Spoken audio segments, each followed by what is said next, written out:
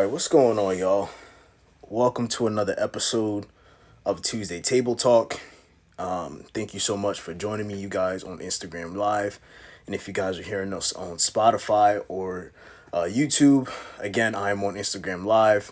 So, as I said last week, I am not talking to one of my 10 personalities. That's not me. I'm just listening, or I'm just talking to people on Instagram Live as comments are coming in. So yeah, if you guys want to check this out, you guys can play it back on my Instagram. If you're listening to this on Spotify, the Instagram is at Tuesday Table Talk. That is the official Instagram for this podcast, and then it'll be, again, you can find it on YouTube or Spotify as well. That's the first announcement. Got a couple announcements, and then we're just gonna hop right into it. But I teased this idea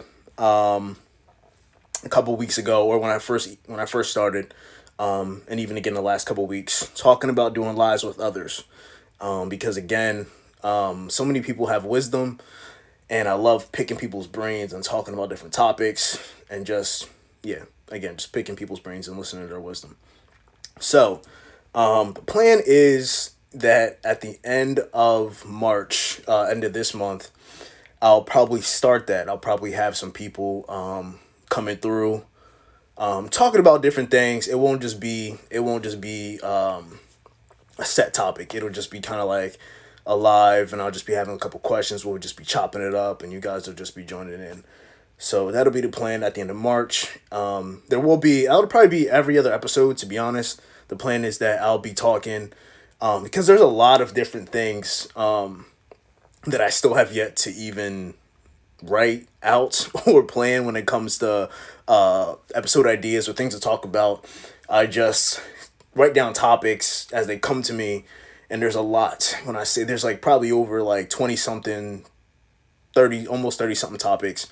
So that's about half a year's worth if I'm doing it every other week. Year's worth of stuff, a half a year's worth of stuff that I can do on that alone, plus lives that'll probably take up some more time. But yeah, anyway, I'm rambling. That's the plan. So yeah, talking about tonight. Normally, I'm on every other week, but because I love y'all so much, I'm on here 2 weeks in a row. Because when I tossed out the idea of what topic I wanted me to speak on, y'all were no help. All right, I'm kidding. All right, I'm just joking around. But everybody voted, and it was 50-50. So I spoke last week, and then I'm hopping on here again this week speaking. But after tonight, it'll probably go back to the regular schedule. Unless something crazy happens, and I feel like I need to just hop on here another week and just y'all could just hear me talk. But the plan is to be back to every other week. Just because, again, that gives me a chance to give you guys all of me in terms of everything I'm planning out and writing, and not just trying to smush in everything and try to get everything done because it's a deadline, so to speak. And it allows also for me to give God the time that he deserves in what he wants to speak and develop and input into my life, so that way I can speak into you guys, because everything I say is first been digested and deposited. That's a better word, deposited and digested. But first deposited into me, and I've had time to reflect on it and think about it. And he's still working these things in me, so it's not just a one and done thing. Don't just think, oh, I've graduated and I know what I'm talking about. Because again, I have no idea what I'm talking about. I just be on here just talking. But anyway, so yeah, I'll go back to every other week. Just gives me the time, gives God the time to just plan everything out. And then one last thing, and then we'll get started. Future topics. I'm here to talk about anything. Here to talk about. I don't just want it to be. Usually, again, I just talk about different things that God is revealing to me. But if you guys have any topics or anything, it could be one word. It could be trust. It could be faith. It could be doubt. It could be anything. Just one word. Even if it's not one word. Anything you guys are thinking about. Just DM me, or you can even put it in the chat. And I'll probably, actually, no, a better option is to just shoot me a direct message, because I'll view it and I'll see it in the chat. But once I start talking, I don't see nothing, to be honest. I just start talking. What's up, Dej? I just saw Dej pop in here. So yeah, If you guys have any future topics or anything that you want me to talk about, search up, I don't know. And maybe even if you have a direct topic y'all want to talk about, y'all can pop in on a live too, and that can be just a thing that we just chop up. So yeah, that is all my, I guess, announcements. I feel like a real radio host when I start giving out announcements and topics and everything else. But tonight, if you weren't in here a little bit earlier, the topic tonight, or the sermon title tonight slash podcast title, however you want to chop it up, talk about it, it is renaming your place of pain. Now I kind of have to give a little, what's the word I'm looking for? Warning, I guess, or not sure exactly what the word for, but Stephen Furtick of Elevation Church actually preached a very similar message, and actually that's where I've gotten most of my notes from, to be honest. But his sermon title was called "Favor Over Fear." But I wanted to talk about tonight on the basis of renaming your place of pain, because as I said before, I don't get on here and just talk about anything. I talk about things that are really relevant to me, things that have God has been dealing with me in. So when it comes to renaming my place of pain, or my places of pain, this is something God really has been dealing with me with, and it became very practical for me. Disclaimer, that's the word. Thank you. That is the word I was looking for. Disclaimer. So yeah, he preached a very similar message called Favor Over Fear. If you haven't heard it, go back and watch it. Phenomenal message. But yeah, that's where where I'm getting this context and stuff from. But yeah, let's hop right into it. So again, if y'all know me by now, y'all know I just don't hop into anything and just talk, because I like to give background. I think background is very important. And you can't just assume that everybody knows the Bible, everybody knows stories, or the context or the setting of where everything is coming from. So that's where I like to start. And today I'll be talking about Jacob. Overall, well, I won't say Jacob. I will say I'll be talking about Jacob and his family. That's where I'll start from. But Jacob, this story, I'll be talking about his wife, specifically Rachel. But the story of him and his complicated family history, when it comes to his wives and children, and I say wives, just give me a second, I'll break it all down.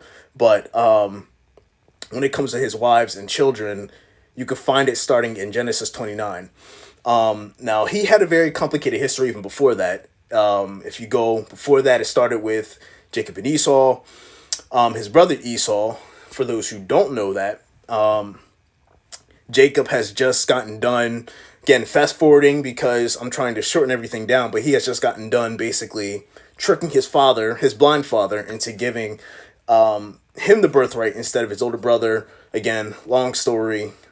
Do your Bible research, because I ain't got time to explain it. Nah, just because, again, it's a long family history and all that sort of thing. But yeah, so he has stolen his brother's birthright. He's running away. He's doing all these different things. He goes into his uncle's business or whatever. He joins his uncle, and he basically sees his uncle's daughter, which again, Bible is a weird thing. Sometimes I don't really understand it all. It used to be a little weird, but yeah. So he's working with his uncle, and he sees his cousin. I mean, let's call it what it was. He sees his cousin, and he's like, his cousin is attractive. I want to marry her. And Laban says, all right, cool. Like, I'll let you marry her if you work for me for 7 years. Or he basically says, like, name your price, whatever. He's like, I'll work for you for 7 years. Deal. So 7 years gets done. He's on his wedding night. He basically does the thing on wedding night, what married people do on wedding night, and he wakes up and he realizes that it is not Rachel in his bed. It is her older sister Leah. And as you can imagine, I don't know if y'all watch the show Catfish, but that is literally the craziest catfishing story that'll probably ever be written. I don't know if that can ever be topped. So yeah, he's furious. He goes out and he says, "Yo, bro, what's good, fam? I thought we had a deal, and yeah, what's just what's good?" And he says, "Well, I I gave Leah because the custom is not to give the younger daughter first. It's to give the older daughter first. And the Bible says that Rachel was very beautiful and Leah, I won't say she was ugly. Listen, y'all can make your own conclusions from that, but the Bible does say, I guess, that she wasn't very attractive or not as attractive as Rachel. I really don't know. The Bible just be a weird place sometimes. But anyway, that's why I love reading it. I'm telling you, it's better than some of these reality TV shows we be watching. Read the Bible. It just be having some crazy stuff in there. But anyway, I digress. And so he basically comes back to Laban, his uncle Laban, and says, "All right, bro, like, I really want Rachel, though. Like, what we gonna do for it?" And so Laban says, "All right, well, you have to work for another 7 years." He's like, "I bet. Like, I do what I got to do because I really wanted Rachel to begin with."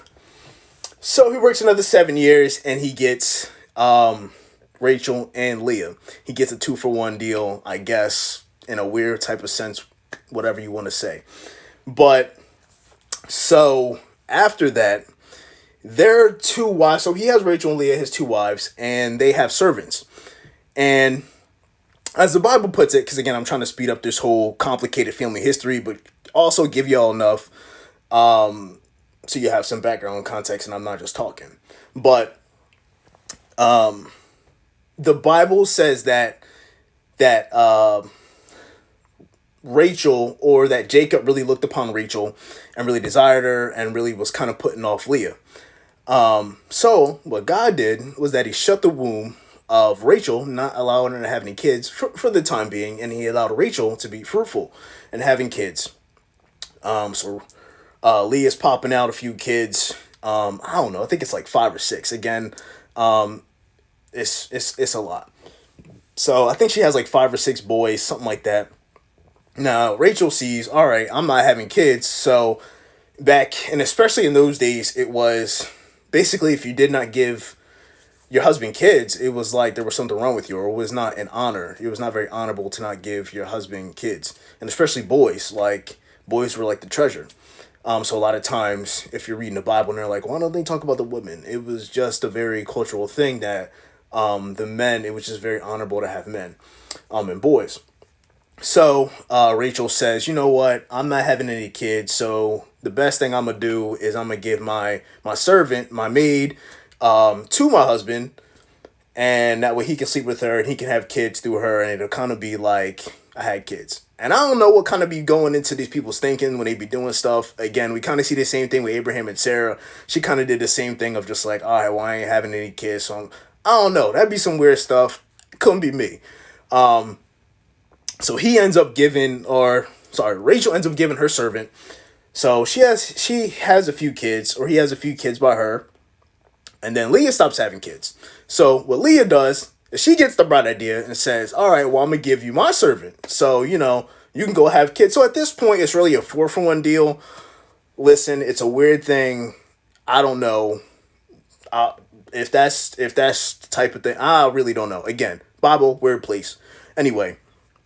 So yeah, eventually, long story short, Rachel has a few kids. She has 2 boys.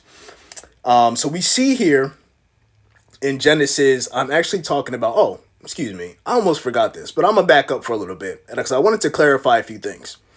Is that, like I said, back in that day, that culture, they had multiple, men usually had multiple wives, or with multiple women. Now a lot of people may get the idea that, all right, cool, like that was something God was cool with. God allowed, God didn't see a problem with it. And wrong. God's original plan was for one husband and one wife to be together. And just because God allows something doesn't mean that he agrees with it.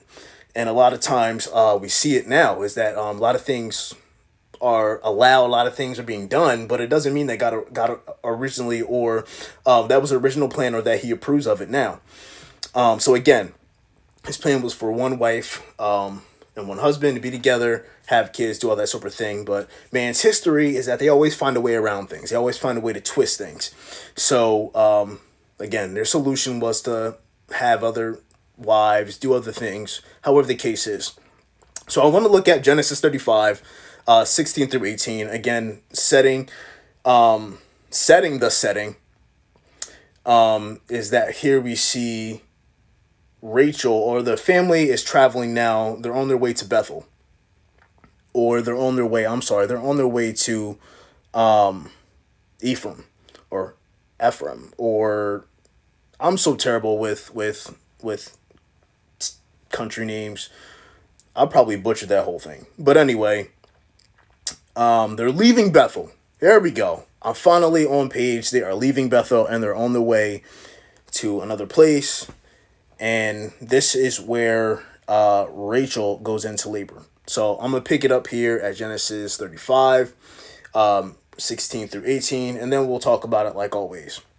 But it says, leaving Bethel, Jacob and his clan moved on towards Ephrath. That is the name. I just totally remember that. That is Ephrath. I totally practiced this name before I got on here like 5 or 6 times so I wouldn't butcher it and make a fool of myself on this thing. And I ended up doing that anyway. But it's Ephrath. That's what it is. I'm so hyped about that. I just remembered. Leaving Bethel, Jacob and his clan moved on toward Ephrath. But Rachel went into labor while they were still some distance away. Her labor pains were intense. After a hard delivery, the midwife finally exclaimed, "Don't be afraid, you have another son." Rachel was about to die, but with her fast breath, she named the baby Benoni, which means son of my sorrow. The baby's father, however, which is Jacob, called him Benjamin, which means son of my right hand. So Rachel died, and she was buried on the way to Ephrath, that is Bethlehem. So again, we're talking about renaming your place of pain. And you see here in Scripture that Rachel has a son, Benjamin. Now the name is Benjamin, but she named him Benoni. And I want to recap that the label that she gave him was Benoni, which means son of my sorrow. But Jacob had a different label for him. He said Benjamin, which means son of my right hand. So we see here that Rachel's label came from the pain she experienced, rather than Jacob's label, which came from what was birthed out of the pain, not exactly what he had to bury. And that had to be a tough thing for him, having his wife die from giving birth, and he had to bury his wife there. But he chose not to label his son by what he lost. He really chose to label his son by what was birthed, or with the blessing that came out of what was the tragedy, I guess, or the pain that was caused. So I want to read Genesis 35, go to the next 2 verses, 19 and 20. So again, it says that Rachel died there and she was buried on the way to Ephrath, that is Bethlehem. Jacob set up a stone monument over Rachel's grave, and it can be seen there to this day.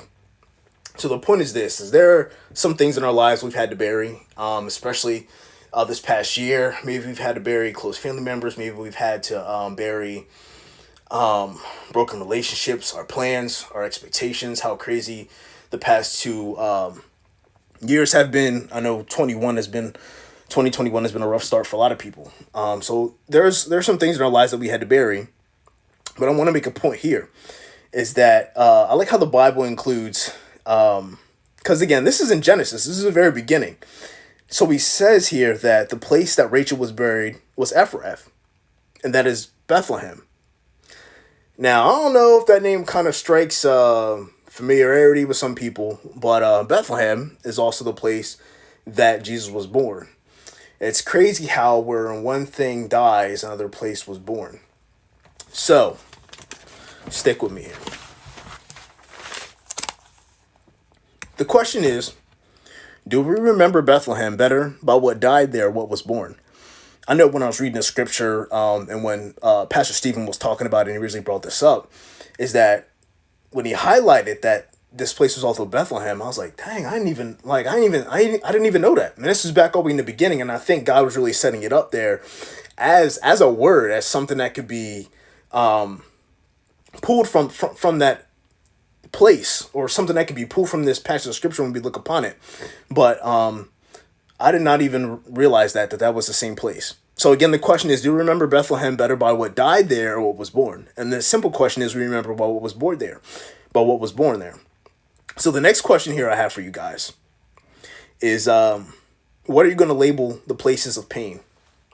What are you going to label the places that you've had to bury some things? Are you going to determine it by what was buried there, what died there? Are you going to label it or see what was birthed out of that experience or what God is going to do? And I know sometimes, or some of us might be in the midst of that, so it's hard to see what is really God is doing or what is going to come out of that. But I promise, if you stick with God, if you stick with the things, beautiful things can be birthed out of terrible places. So the next point I have here is, don't miss your blessing. The temptation is always to identify with what we lost and our places of pain. What you see is not all there is to be seen. So, again, I think it's up to us. What are we going to label our places of pain? We can label it by what died there, or what we can see the opportunity for new birth. We can see the opportunity for new things to unfold. So I want to hop over actually to Luke 134. And speaking about the connection of Bethlehem and how it ties together Rachel, and it also ties together Jesus. I want to talk about Jesus's mother. I want to go to Luke 134, and I'm going to read that, and I'm going to have a few thoughts on that as well. And it says here that Mary asked, "But how can this happen? I am a virgin." And of course, if you're unfamiliar with this story, that's really where the angel showed up and he told of the plans that God had for Mary, saying that, you're going to be the mother of Jesus, all these different things. And she was like, well, how can this happen? I'm a virgin, all these different things. And again, we face a temptation to replace the event with identity. So in that passage of scripture, maybe it's not virgin, but replace the virgin with anything. For me, myself, getting personal here, is that I've had temptations to where I've had failed relationships in the past. So, or broken relationships, when it comes to romantic relationships, when it comes romantically, blah, blah, blah, if I can talk clearly. Okay. Resetting. So the temptation is to replace the events of broken relationships or the events of failed relationships and put that on myself. So the assumption or the temptation is to say, how can this happen since I'm a virgin? Or since I'm a failure? I'm sorry, I'm all over the place. But how can that happen since I'm a failure? Again, the temptation is to replace the event with our identity. So we automatically assume that because we failed at different things, that means we're a failure. Or because we've missed out on a couple opportunities, that we're always going to be someone who misses things. So we're always taught, we're back on this central point of renaming our place of pain. Mary saw it by her experience, but God saw it by what he was doing in and through her. So this point here is, name your season and your places according to what God is bringing out of it. And again, if you're in the midst of it or you're just getting out of it, that can be a hard thing to do. But we have to believe that God is birthing, because we've seen it over again in history, time and time again, where he's birthed beautiful things out of broken places. So I'm kind of at the end of my message here, or the podcast is short. Not really a lot to cover. I hope it was good, or at least a few things out of it. I know it was a little short tonight, but I wanted to talk about, as we wrap up here, talking about renaming your place of pain. And I talked about this last week about how I have some things written down for me, because I'm a very visual person, number one. And two is that I believe that writing things out, you can remember things. So being that the things that I talk about are very personal to me, and I talk about renaming a place of pain, is something that I literally had to do for myself. Practical. So I literally drove to a place about 2 months ago, a place where there was a lot of hurtful memories of places where there's a lot of crying, a lot of tears shed. And God really gave me the idea of that. And kind of this powerful moment, I guess, of reclaiming that place, or reclaiming what was lost, or again renaming the place of pain. That's the idea. So when I went there, I wrote down all the emotions and everything that I was facing. And if you guys, I literally have it here. If you guys want it to copy that idea, you guys are more than welcome to do that. But I wrote down some emotions that I was feeling as I went there, and I said pain, loss, frustration, mourning, damage, ruin, grief, slash guilt. There's just some emotions, that some raw emotions that came thinking about the situation and thinking about the place, right? So again, I'm talking about renaming my place of pain. So for each one, I wrote down, that was on the left hand side. I wrote down all those emotions. Now on the right hand side, I wrote down all these different things, renaming my place of pain. And there, I went there and I literally played like worship music, and I prayed over the place, and I thank God that things didn't go a lot worse than what they could have been. So for pain, I said purpose and peace, because that night I felt God's peace there. And out of that event, or out of that thing, he's revealed his purpose, which is crazy how we don't see in the moment pain can reveal purpose. But anyway, for loss, I put love, because that's where I felt God's love, and that's lessons, because that's where I've learned lessons that will impact my future from now on. Out of frustration, I said fruit. I said forgiveness, because that's where I've had to forgive myself, and I forgave people that were involved in the hurt that happened there. And I said favor. For mourning, I said mercy. For damage, I said destiny. For ruin, I said restoration. And for grief slash guilt, I said goodness and grace. And I saw this quote a while ago, but it was really confirmation, because I saw it again today. Actually, my friend Dage, she posted it on her story. But the quote is called, or the quote says, "Go laugh in the places you've cried." And that was literally what I did that night. It was, I've had moments where I've cried in that place, moments where, as again, frustration, moments of pain, moments of loss, moments of so many different things. And I went there, and I went there and laughed. I went there and I listened to worship music. I went there and I prayed, and I said, God, thank you for delivering me from that situation. Thank you for not ending up as worse as it could have been. But I wanted to end on this note, is that for you guys, maybe it is a physical place. Maybe you guys physically need to go do that. Maybe you need to rename your place of pain. But maybe it's a spiritual pain for you guys. Maybe it's a mental place for you guys, or mental pain, or maybe it's an emotional pain. Go back and rename those places. God is going to birth beautiful things out of pain. He's done it since the beginning of time, and he always will do that. The best example is Jesus going on the cross. The pain that he had to endure was more than we could ever imagine. But birthed out of that was the fact that we get to spend eternity with him. He gets to he made our relationships right with him, and through Jesus we can come and spend eternity with God. So again, for me, it was a physical place. I guess it was all the above, to be honest. It was a physical place, emotional place, mental place, spiritual place. But physically, I had to go there. That was the thing that God called me to do, was to go there and to rename, or to take back what the enemy has stolen from me, or take back that place of pain, and saying, no, that's not going to be what this is here. Out of this place of pain, out of this is purpose, peace, love, lessons, fruit, forgiveness, favor, mercy, destiny, restoration, goodness, and grace. I see all those things evident throughout, from that situation, from that event, from that place. So again, that's kind of where I just want to wrap up. But I want to challenge you guys, I guess, it's more of a challenge to look back, and if it's a physical place, go there.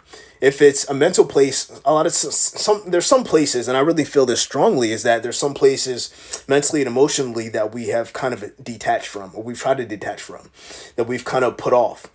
Go back and revisit those places. I know they're painful, but it's necessary. The healing that came from renaming that place, like that physical place, The healing and the freedom that came from it, I cannot tell you enough. I cannot tell you enough or talk about it enough. The freedom and the healing that I felt coming out of that place. Once I decided to go back and rename it. So if it's an emotional place, if it's a mental place, if it's a spiritual place, go back and revisit that. Go back and rename it. Go back and take territory. Take back the territory the enemy has, and saying that this is always going to be a place of pain. This is going to be your destiny. This is who you are. I refuse to believe those different things. This is something that God has been teaching me in this season, is to be more bold and really access the authority, access the power, access the anointing that I have through Him. So really, I have no time to be playing games. To be honest, I've just been like, listen, enemy, you telling me this? Nah, fam, that ain't gonna fly. I'm gonna tell you what it is, and going from there. So that's really all I got. Like I said, I thank you guys so much for tuning in to tonight. I know this was kind of shorter. Maybe it was good that it was shorter. I usually go a little bit longer. But again, thank you guys for tuning in.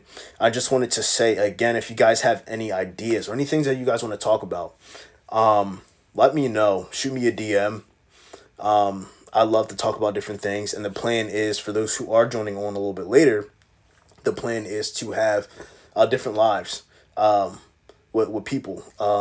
Just chopping it up, talking about wisdom, and talk about the things that are going on in their lives.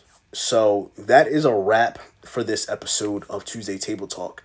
Again, going back to the regular schedule. So, not next week, but the week after that, unless something crazy happens. I'll be on 2 weeks from now. That is the plan. Anyway, I love y'all. Thank you guys for tuning in. I appreciate y'all, and good night.